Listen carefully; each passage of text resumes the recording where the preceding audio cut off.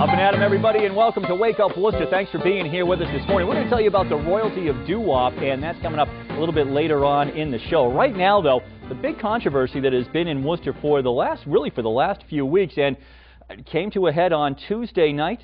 It is about the pools in the city of Worcester. The Shine Pool, incredibly popular state pool this last summer, over 10,000 visitors. But of course, we had the 9 city pools shut down. Here to tell us about that vote on Tuesday night, bring us a little bit behind the scenes, and maybe give us a little history of what's been going on, because it's gotten confusing over the last few weeks. City Councilor Rick Rushton. Thanks for stopping by, Rick. Fabulous to be here. Great to be here at Wake Up Worcester. Yeah, let's talk a little bit about what actually happened on Tuesday night. What is the plan now as voted on and going forward? What was voted on last night was basically what had been suggested 2 years ago, which is that they're going to try to build 3 pools in total, 3 city pools, and then build some spray parks.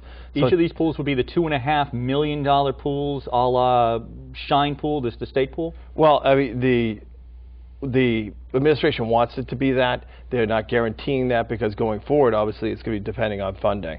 What we really had before us last night was one issue: how to spend the $2.5 million that we know that we had in the kitty, so to speak, for the pools. And the decision was to build the one mega pool, the one Rockefeller pool, or as Phil Palmieri called it, the Cadillac Bob pools. But the reality is that there was a decision to fund the one mega pool and to place it in Crompton. All right.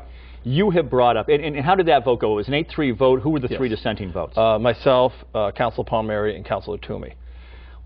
These 3 votes, what was your reason for voting against it? Well, there's several reasons. I felt that what had been shortchanged was democracy, what had been shortchanged was economic sense, and what really had been shortchanged was willpower. The major arguments for the mega pool complex was that we couldn't afford more than that. My proposal to build more pools, smaller in size, to affect more neighborhoods would have made more economic sense. You were going to get 3 pools for the same $2.5 million. Exactly. There had been a company called Custom Pools that was out of New Hampshire that's built over 4,000 pools over the last 4 decades, including building 2 of the 9 pools that lasted 40 years in the city of Worcester, including presently working on a pool for the Prime Minister / President of Saudi Arabia. So you know it's a reputable company. This isn't Jim, the pool guy, putting in pools a couple times during the spring. This is a professional company that's done huge resort type pools, done municipalities, done huge recreation facilities. This is a well-known and well-established company. They'd come in and actually gone into the actual existing structures, had measured out 5 of the 9 pools, and based on our requirements that we have 0 entry, which enables people to walk right into the pool, to be able to put add-ons on. So if a community wanted to step up and put a spray component to it, and they wanted to contribute and develop the funds for it, that ability would be there. If they wanted to put a slide in to build it even bigger, that would be able to be done under this concept. But what they said was, judging on what they saw, based on using gunite as opposed to the concrete, it was going to cost about $489,000. What they had used is a Pittsfield, Maine model, which they just cut the ribbon on about 4 or 5 weeks ago. What they had done, they calculated the prevailing wage here for the city of Worcester, had taken the specifications on the pool that they built up with these potential add-ons, and also the community spirit, which took the bathhouse component, and it was built by the unions.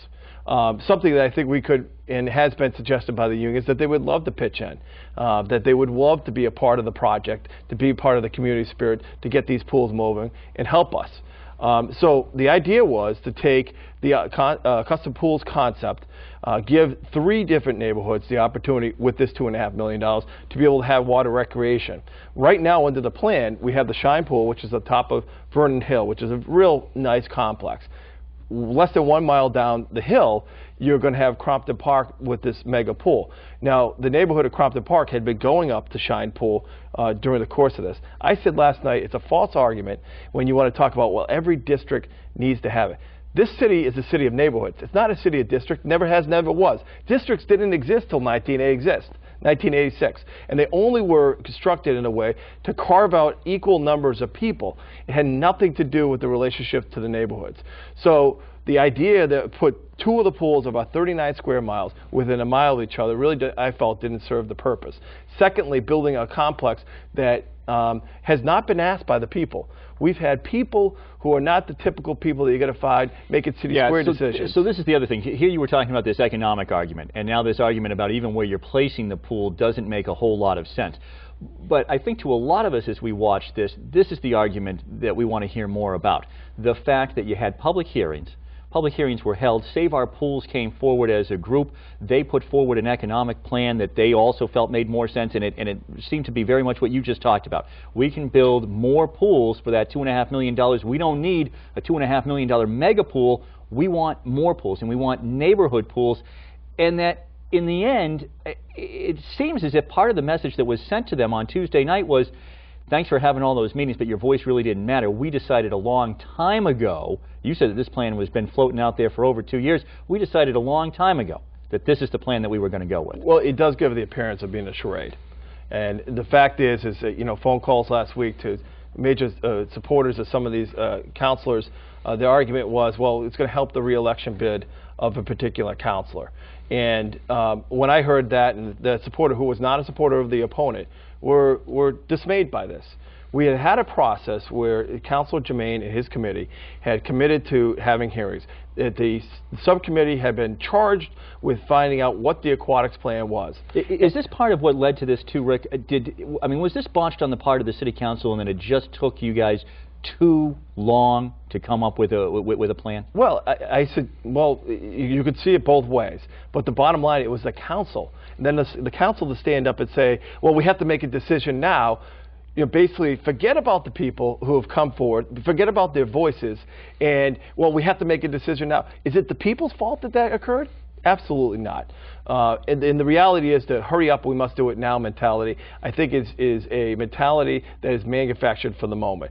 The idea that we couldn't, in tough economic times, find a bid process that would be done by January, that if we're going to have a pool get into the ground, it can't be done starting until March, till the ground thaws out. So the idea that they couldn't get somebody up and running and have it done by June or July, it doesn't wash. And I know that a lot of people showed up on Tuesday night as well. What were they saying after this vote was taken? What did you hear? Well, they're dismayed. I mean, you think about it. You've had people who are not the people who sit around the city square table, the traditional stakeholders that might be talking about a TIF for the Beechwood, to be talking about school funding issues. These are people who they get up every day, they go to work, they work hard, they're trying to make a livable wage, and they love being a part of the city of Worcester. The generations that have been in the Crompton pool or the Crystal Park pool, but they're not traditionally plugged into government. But they felt energized. In my 6 years, it's the first time I've seen something of that magnitude. In my lifetime here in the city of Worcester, Prop 2.5, the Sports Alive program, coming alive, and people coming together from all over the city. The Tree Initiative was another initiative where people started to come together as a community. But the people who traditionally are not plugged in, we had an opportunity to listen to them, to encourage them, because as we all talk about the beauty of our 80 different nationalities, the beauty of our different neighborhoods, is that we have never really plugged everybody in to rise our boats up. Here they are. They come to City Hall. And then they're told, well, the process took too long, and we're going to adopt what we started with in the beginning. It really doesn't speak well. The people were dismayed last night. I think people can understand that there is a sustainability issue. But when they look at the history, the heart of the city of Worcester, where with the public library, we have a public foundation where people get money every single year to help the library stay open, that Mass College of Pharmacy is going to start donating money. That's based on the assumption going forward that the continued heart will continue there. But we don't know.